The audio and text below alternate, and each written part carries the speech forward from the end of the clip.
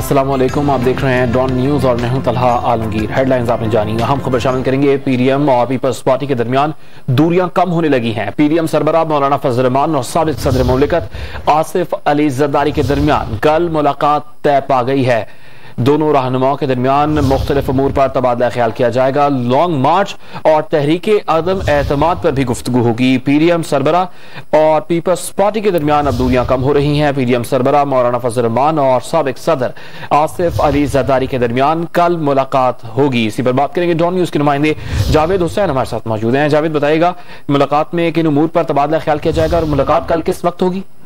जी देखिए, ये जराये ने जो हमें बस कंफर्म किया है कि कल जो है वो पीडीएम के सरबराह मौलाना फजल रहमान और साबिक सदर आसिफ अली जरदारी के दरमियान मुलाकात तय पा गई है।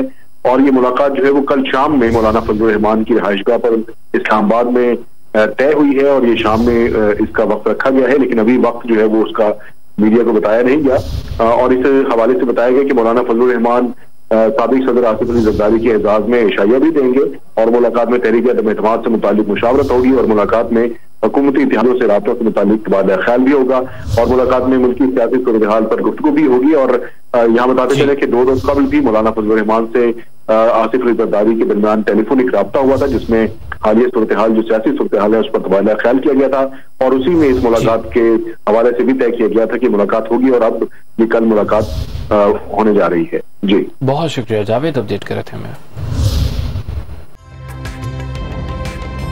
ताज़ा तरीन वीडियोस के लिए हमारा YouTube चैनल सब्सक्राइब करके बेल आइकन प्रेस करिए ताकि आपको मिले हर अपडेट सबसे पहले।